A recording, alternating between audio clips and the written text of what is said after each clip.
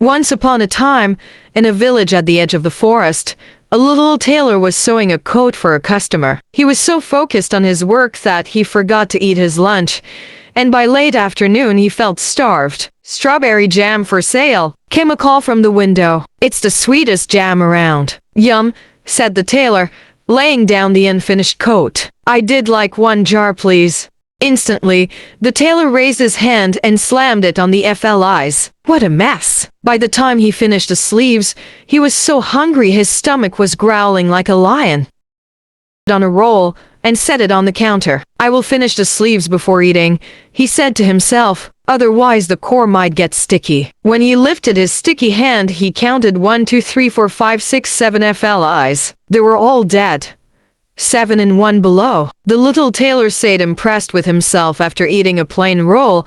He made himself a cloth belt and in red thread, embroidered 7 and 1 below across the front. He put it on and admired himself in the mirror. "I am too brave to be a tailor," he said. Then he locked his door and set off to find an adventure. The little tailor had walked less than a mile when one of the king's messengers stopped him by the side of the road. 7 and 1 below, the messenger said, staring at the tailor's belt. "I must bring you to the king." And so he did. 7 and 1 below, cried the king as the little tailor stood before him. "Do you suppose you could get rid of the 2 evil giants that have been threatening villagers?" "I suppose so," said the little tailor. "I got rid of 7 and 1 below, and that's the truth." The king gave him a sword and sent him into the forest. The little tailor had not gone very far when he heard boom, boom, boom, boom. The giants were coming. Needing time to think, the little tailor scampered up an oak tree and peered out from the branches. The giants sure were ugly,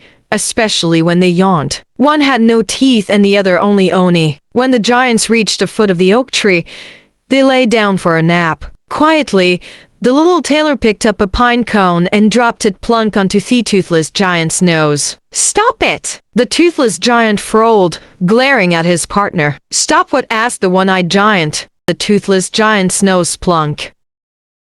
Each giant ripped a tree out of the earth, not the tree the tailor was in, and whacked each other until they were both knocked senseless. "Stop that!" the toothless giant roared. He shoved the one-eyed giant, and soon the two of them were engaged in a terrible fight that made the whole forest tremble. "Marvelous work!" cried the king when the little tailor returned.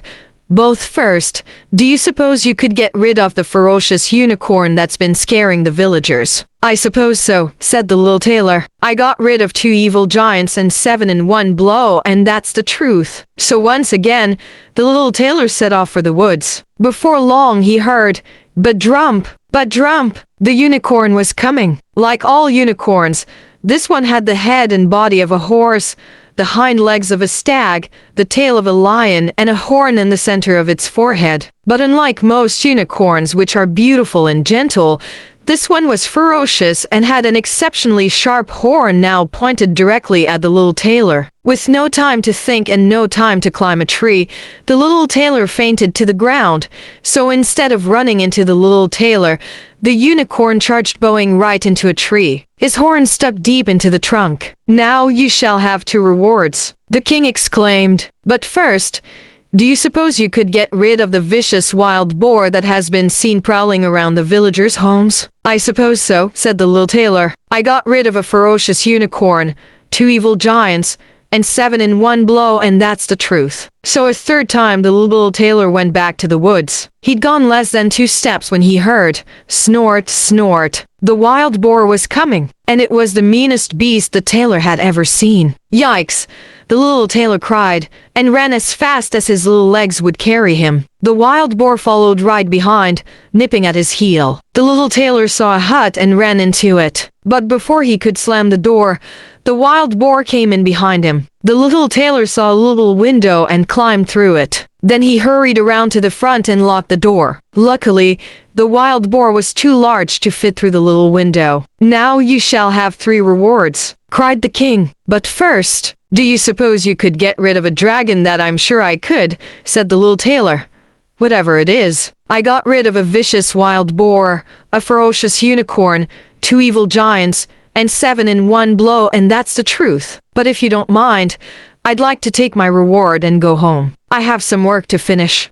So the exhausted little tailor carried 3 bags of gold back to his shop. Before getting back to his sewing, he took off the belt that said 7 in one blow and hung it in the back of his closet. From now on, I think he stay home, he said to himself. Then he curled up on his bed and took a long, peaceful nap. And to this day, the dragon the king wanted him to get rid of is still roaming around in the woods.